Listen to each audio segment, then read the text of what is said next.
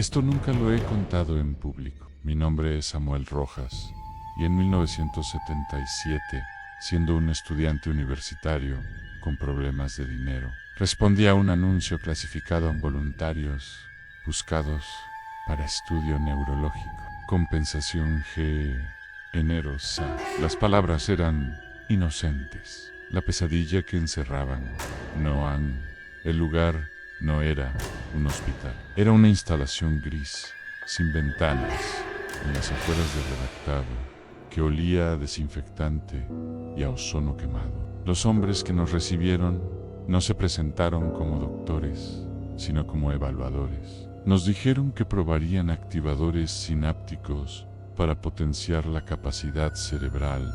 Era mentira. Éramos ratas de laboratorio para el programa MK Ultra, en un subproyecto tan negro que ni siquiera tenía nombre en un archivo. Lo llamaban Operación Querubina. La primera inyección fue de LSD 25 mezclado con algo más, un compuesto opalescente que titilaba en la jeringa. El viaje fue aterrador en colores que gritaban, sonidos que tenían textura de cuchilla. Pero cuando los efectos agudos pasaron, lo peor se quedó. Mi mente ya no era un castillo, sino una casa, con todas las puertas y ventanas abiertas de par en par. Los pensamientos de los otros sujetos eran como murmullos de radio en una frecuencia baja, constantes, inescapables. El miedo de un joven llamado Carl, la rabia contenida de una mujer llamada Diane, el zumbido de la esquizofrenia inducida en el sujeto de la habitación 5. Todo se colaba en mi cráneo. Era un infierno de intimidad violada. Y luego vinieron los vigilantes.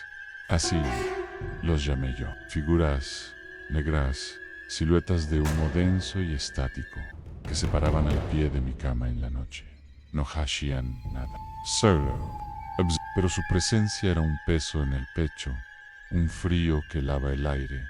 No eran alucinaciones, eran ecos, reverberaciones de las conciencias que el fármaco había roto y que ahora se fugaban, condensándose en esas formas vacías. Eran el producto de desecho de nuestras almas lavadas.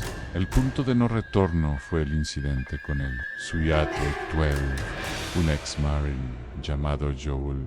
Durante una sesión de estímulo audiovisual, le administraron una dosis que haría parecer al ácido lisérgico agua de manantial. Empezó a convulsionarse, gritando que el demonio ya estaba dentro del muro, raspando para salir. Luego, con una calma espeluznante, se levantó. Sus ojos estaban completamente negros, como si se hubieran llenado de tinta. Y entonces, con una fuerza que no era humana, sus músculos se tensaron hasta desgarrarse la piel. Comenzó a golpear su cabeza contra la pared de hormigón, reforzado en crunch, crunch, crunch.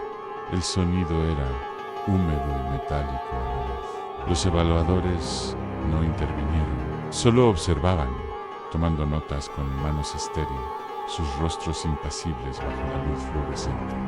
Joel no estaba suicidándose. Algo dentro de él estaba saliendo y usaba su cráneo como un ariete. Pero el verdadero horror, el que se instaló permanentemente en mi alma, llegó en la cámara de aislamiento sensorial. Me dejaron allí por lo que sintieron como una eternidad, en una oscuridad y un silencio tan absolutos que empecé a dudar de mi propia existencia. Fue en ese vacío donde él se manifestó. No era una figura negra, era un hueco con forma de hombre en alto, delgado, una silueta recortada de la realidad misma, donde deberían estar sus ojos. Solo había un pliegue más profundo en la oscuridad, un vacío que absorbía toda esperanza. Y su voz no sonó en la habitación, resonó dentro de mi mente, clara, fría, impersonal, como el clic de un mecanismo. De seguro, Samuel Rojas, dijo, y el sonido de mi nombre en esa boca invisible me hizo mear de miedo. El sujeto previo fue un fracaso, un contenedor débil Tú tienes grietas más interesantes. Ya no eres ti, ahora eres mío. Cerras mi vaso a mi antena. Cuando me liberaron, estaba catatónico. Muchos de nosotros lo estábamos. Algunos nunca recuperaron el habla. Sus mentes irremediablemente desconectadas. Otros se quitaron la vida en los meses siguientes, no por depresión, sino como si obedecieran una orden post-hipnótica que ya no podían contener. Yo sobreviví. Aprendí a construir muros en mi mente, a bloquear los murmullos residuales, a ignorar la sombra periférica de los vigilantes, que aún a veces veo desde el rabillo del ojo, pero él nunca se fue del todo. Habita en un rincón de mi psique, como un parásito silencioso, un huésped permanente. Y tengo razón para creer que no soy el único. Por eso, cuando enciendo la televisión y veo a ciertos políticos, hombres y mujeres de sonrisa perfecta, guayos vacíos, pronunciando discursos de división y odio, con una convicción casi religiosa me quedo quieto.